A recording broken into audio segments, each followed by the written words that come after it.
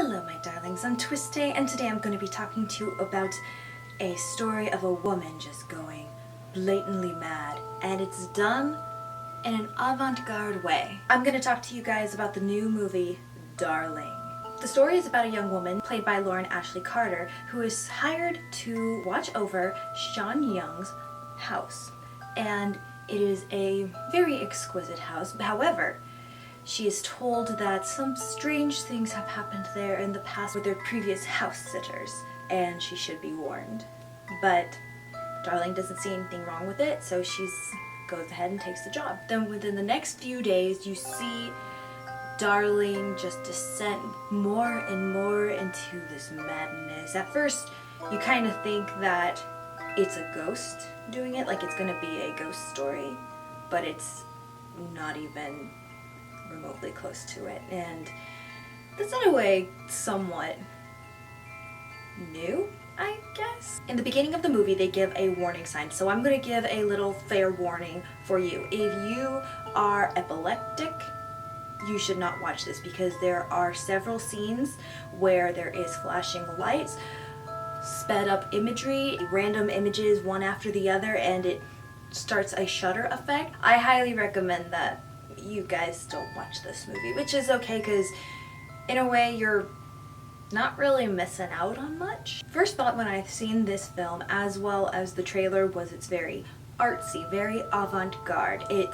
There's a lot of times in the movie where the camera just focuses on one scene for about a good 30-second lingering just to give you that feeling of eeriness, and then it goes on to the next scene like, oh, nothing ever happened.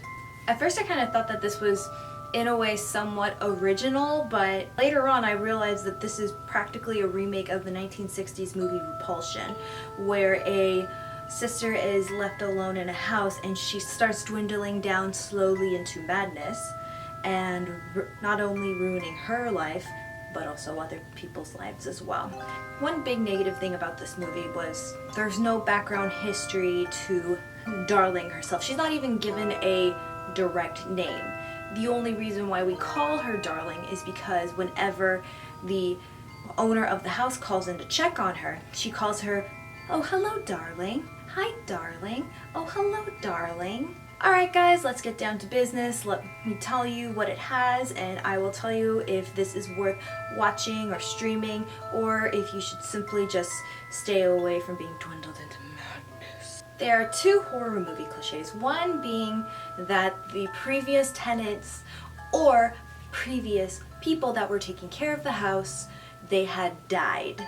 And the person that is inquiring about working at said place are still interested, and they say, "Oh, I don't care. That's been done how many times already?"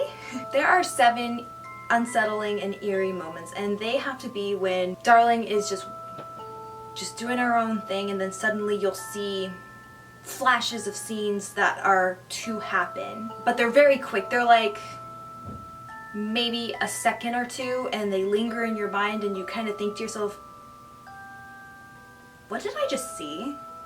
What just happened? There are 4 suspense scenes, and the suspense scenes, they're actually in a way spoilers. Darling brings a man over back to her place. As he's talking to her, she suddenly goes in the kitchen, and then she brings a knife and she starts to stab him vigorously on the stomach, in the chest, and then also in the eyes. And while she's doing that, she's monologuing. "You sly dog, you've got me monologuing, don't ya?"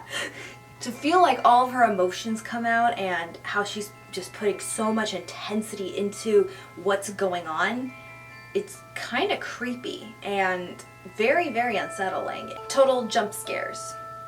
5. A lot of the times the jump scares have to do with seeing the flashes of random images throughout the movie. Like she'll be walking down the street, just minding her own business, just getting groceries, and suddenly you'll see flashes of like a bloody shower. Very random, and they present it with such a loud noise that just makes it unsettling. And to top it all off, after they do one of those, in about a 2-minute span they do it again, and you're like, God damn it, stop. I'm gonna give this movie 2 stars because I do like how refreshing it is to see a more artsy type style when it comes to the cinematography and the fact that it's black and white.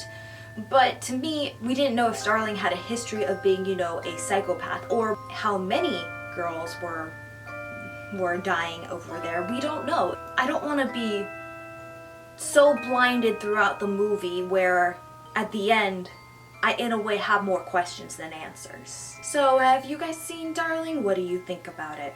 Do you find this type of movie, so this more artsy style, a lot more refreshing versus the type of style that we're seeing in movies now, which is basically slasher, jump scares? Please write your comments below and we will have a discussion about that.